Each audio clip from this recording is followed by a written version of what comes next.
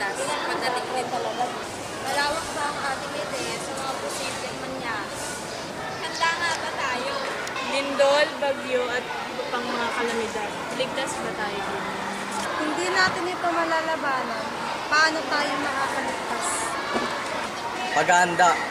Bagong sakuna, kailangan maganda. Maganda na first aid kit at mga delatang pagkain. Paano natin maiiwasan ang gutom sa panahon ng kalamidad? Kung tayo ay nasa evacuation center, siguraduhin tayo ay kumain ng tama.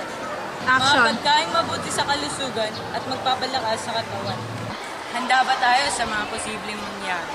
Ang pangyayaring ito ay di dapat din magpanig dahil makakagawa tayo ng mabuti kung gagawa tayo ng plano. Ano ang pwede natin gawin kapag dumating ito? At saan ba tayo dapat tamang pupunta? Gaya ng sinabi sa palabas na I am ready, huwag magpanik at pumunta agad tayo sa mga ligtas na lugar. Ano mang unos at ano mang pangalan. Basta't sa kanya. Huwag kayong tumawa. Huwag tayong matakot. Huwag tayong mangangamba. Pagkat buhay natin, sigurado.